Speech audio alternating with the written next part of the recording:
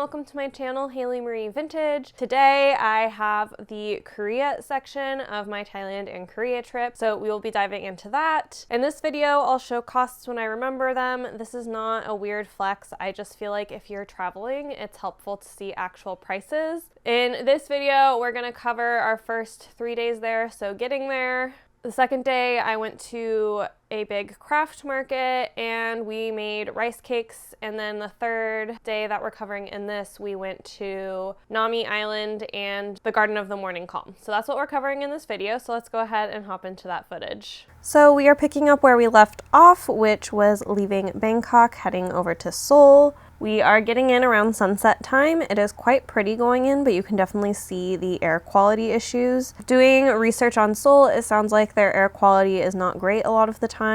This is why you do see people masking outside. I mean, it's also kind of culturally more normal there, but some of it is also the air quality, and I definitely felt the air quality while I was here. Once we landed, we took the bus into the city. I highly recommend using one of these airport buses. It was about $13 per person, and they were really quite quick and didn't stop that much. Here you can see another one, and they were super nice inside. Like seats like airplanes, it was pretty good. And then we are in our hotel. The hotel, of course, is not as nice as the 5-star ones we stayed in Bangkok. Here's the bathroom. Everything here was functional and great. It, of course, has that bidet on the toilet as well, which is nice. And the shower did not function in a terrible way, the way the first hotel we stayed in was. But yeah, as you can see, things are a little tight. They do have tea shelves. There's no dresser to put your clothing in. And then we definitely like have our beds a lot closer together than we have in other hotels. And we have like the little couch and desk. There's still definitely enough room in this. It just is definitely not very comparable to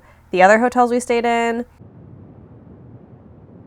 Our first morning in the cafe, we got bagels and I got a peach chamomile, and Alyssa got a weird snowman latte thing from Holly's Coffee, which was the place in the hotel. After this, I wanted to go straight to the craft mall I had found in my research. This is basically 6 stories of fabric, trims, and other craft supplies. Here you're seeing the laces. This was probably not a good first stop to go to because they are not used to seeing tons of tourists here. It's a lot of like local manufacturers and people, so English was harder. Just in general, it was definitely a harder place to be, but you can see there is just endless amounts of trims. The fabrics, one thing to know if you go here is a lot of these are swatch places and then you have to order the fabric and get it delivered. I was not willing to figure that out, so I only shopped at places where they actually had the physical bolts. Here I'm kind of showing you really how like big and how much of a maze this is. Sorry for the kind of jerky footage. I'm filming on my phone. So here where you see these bolts, we can actually buy these fabrics. It's just the swatches, all the swatches they have. Each swatch is a different fabric that you can, then order for them to deliver to you. It's pretty crazy the amount of fabric access that is in this place. I could only dream of living somewhere with this much fabric access because again, every swatching place we are passing, you can order that fabric. And then we are back in kind of the laces. The laces is really where I spent a lot of my time just because I felt like they were something I just had less access to in America. Like I feel like there's a good amount of fabric stores, but trims on trims like this is less common. And so I did get a lot of trims while I was here, but as you can see, it's just endless. Again, sorry for the kind of rocky footage. It was just so hard to show everything here. They also had just like a huge variety of pleated trims. I really wish I lived near anything kind of like this. It just felt like every time I turned a corner, there was more. And we definitely didn't cover probably even a third of the places in this. It was really easy to get turned around and lost. And then like here on the right, it's all buttons, just like mounds and mounds of buttons. And then of course you see more fabric. These were a bunch of chiffons, which aren't my fave, so I didn't pick any up. This just was really, really wild, and I have not really seen anything like it. And I probably will never see anything like it again. This actually definitely has Seoul as a repeat destination for me, is one day when I'm an even better seamstress than I am right now. I think it would be fun to return to this place and get some things. And then I don't know if you can tell, but there's also like elastics and zippers. So while there, we stopped in a Dunkin'. So this is where we made a big error that I'll talk about a little bit later in the video when I have more time, but both our drinks were very, very, very good. We are on the last floor, which is the like general crafts floor. This is where you're gonna find like beading, decor, like just other stuff besides sewing. This is on the top floor, and then just for like a sense of space, we are by the east gate, which is this old gate. This is actually an original gate. One of the others has burnt down and have been rebuilt, so this one is actually original to whenever. So this is in quite a hopping area of town, and it was a fun area to be in, but not very touristy.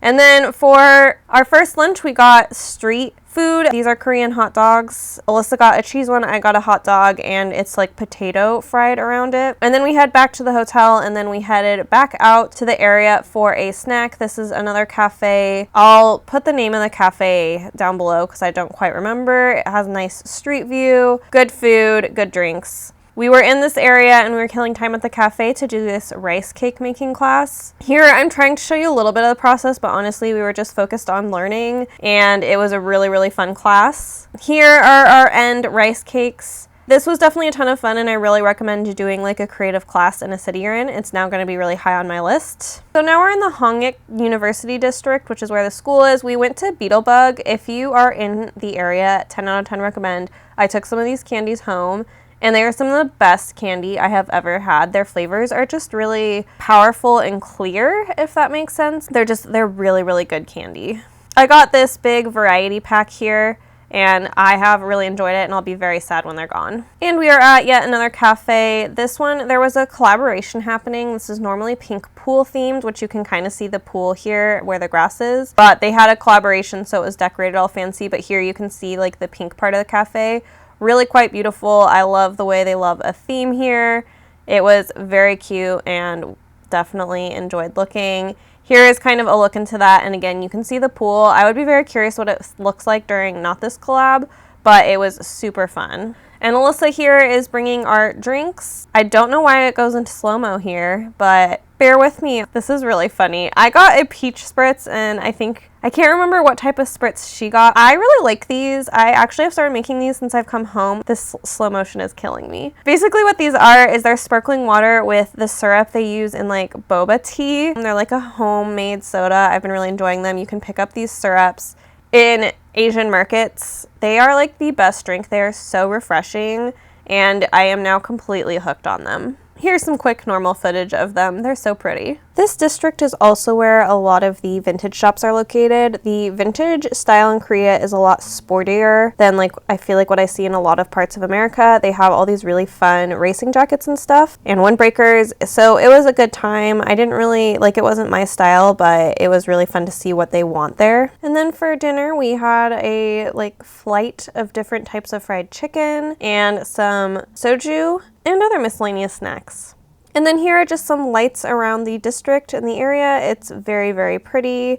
As you can see, it's very busy here and still very wintry, but there's lots of lights and lots of things happening here. It felt really, really busy for the fact it was 9 o'clock. Granted, I live in a city where nobody ever does anything, so, you know. And then here we are back in the Myeongdong area, which is where our hotel is. It is quite happening at night, which is, I think, one of the reasons I chose this district is it's known for having a really good night market with street food, which we will check out a different day. But as you can see, there's lots of lights. I don't know, I feel like this whole vlog is me just being like, wow, so many lights, everything is so busy and it's nighttime. But it's just something I'm not accustomed to where I live, and so it was really fun to see it here.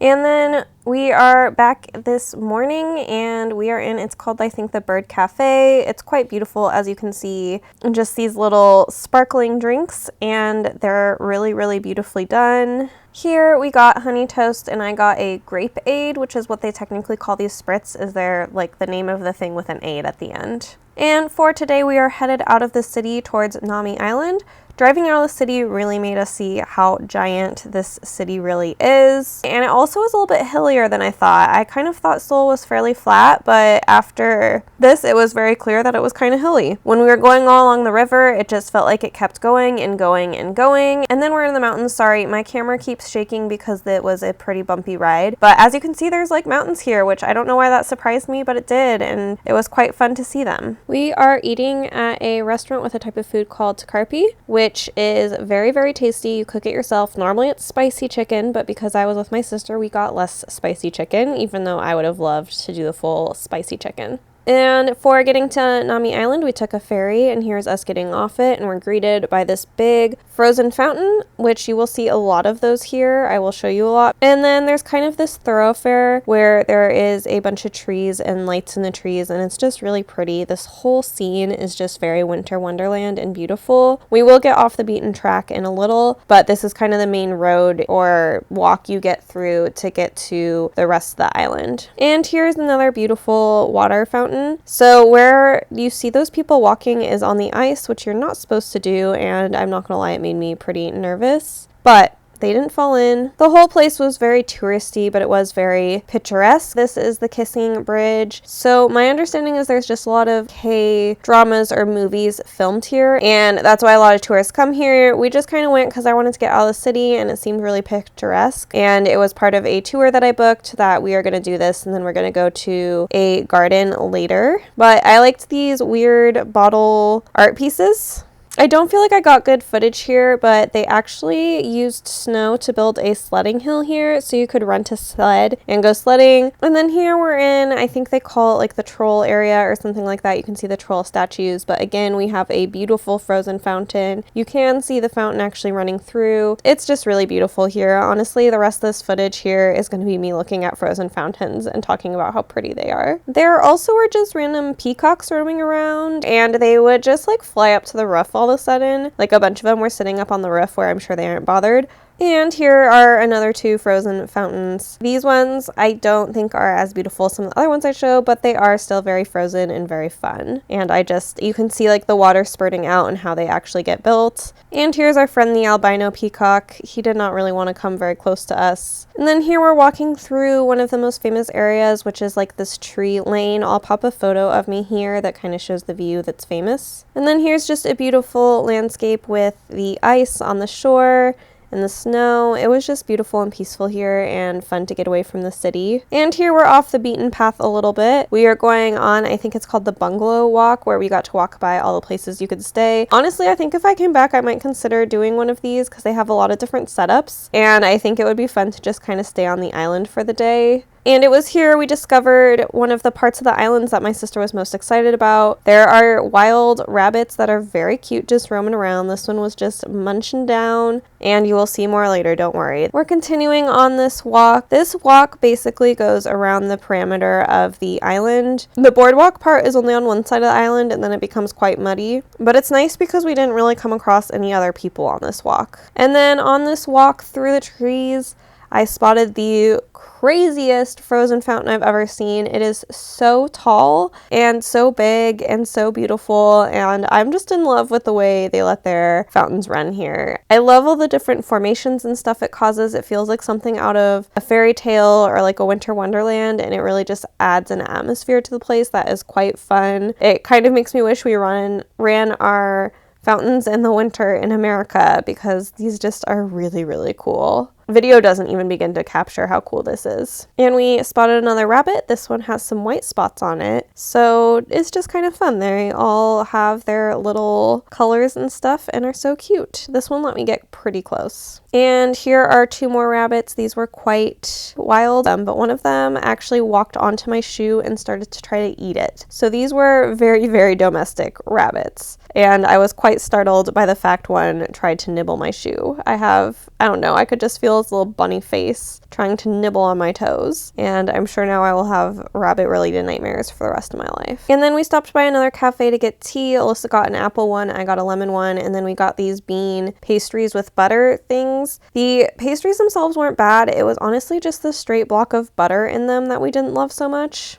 And it's getting to be time to walk back to where the ferry is. So we are walking back through the trees, and as you can see, it's a little bit darker and the lights are on, and it's really quite beautiful. And here we get on the ferry before we hop in the van for our next destination. And next up, we start at the Garden of the Morning Calm. This is the piece when we come in. A lot of people take photos with it. It's quite beautiful. I have never really seen a light display like this before. I've been to a lot of botanical gardens in the US that do lights for Christmas, but I really liked how these were themed, but these were just more artistic. Here we're walking through what's like a little leaf tunnel, and it's just really beautiful. And then the second tunnel that we entered right after the first was cute and butterfly themed with all these little butterflies flying around. And then after this tunnel, we kind of hit like these daisies and butterfly lights. These were so beautiful. I really loved these daisy lights. I wish I could have them in front of my house. And then I'm not normally a huge heart motif person, but the way these lights were gradiented was so stunning. Like I like how it's peeking out of the snow. I just thought these were absolutely gorgeous, even though these are usually not my vibe. And here there's like this musical setup outside of this house building that is really beautiful. I love the lights on the roof. I thought the piano and the trumpet and all the different music themed things were so fun. I wish they kind of moved, like the lights shifted. We could only be so picky when talking about giant light displays. And then this view right here literally made me catch my breath. I have never seen anything like this. It was so, so beautiful. The camera is not picking up the range of colors even that was in this. It was so cool. Yeah, words can't really describe how pretty this was. By now we were pretty hungry and cold, so we stopped into a cafe. We got a croissant sandwich, and then back here is this yummy garlic butter thing that I love and I wish I could eat every day. And then we had an Earl Grey flavored bread. All these were delicious, but yeah, the garlic was really the star of the show. And then I told my sister we had to walk through this area again because I was so captivated by it. I still feel very captivated by it. This is really, really wild, and so many lights and so many colors and so beautiful. And it felt like this area just kept going and going and going, but I won't complain. I absolutely loved it. So, so beautiful, and again, just so many colors and combinations, and wow. And now we have escaped that area, even though I could have spent so much time there, and we're headed to some of the other areas. We've probably only explored about half at this point. So there's these cute little hearts, and then behind it you can kind of see that blue. We're going to start heading on our walk towards the ocean, but not without one last overhang view of that beautiful garden below. All right, this was really, really cool. As you can see, it's a boat on an ocean, and because I'm walking, it looks like it's moving. Nothing's moving, everything's still. However, it is very, very cool nonetheless. And then those pink things back there you can see are two little dolphins making a heart. And then we're walking through what's probably my second favorite area after the really colorful ones. There were all these cute, quirky little mushrooms and flowers, and it was so, so, so, so, so cool and pretty. And then walking to one more area, my GoPro's acting up a little bit here, but there's these really cool fiber optic cables, and they've used them to drape them on the tree in quite a neat way. And I also love they have all these little mushrooms in the snow. I'm trying to get you an unobstructed view, but then it's a little bit overhead. I would kill to have these lights in my yard once I one day have a yard and a house. And then this use of fiber optic cables just seemed so, so, so clever.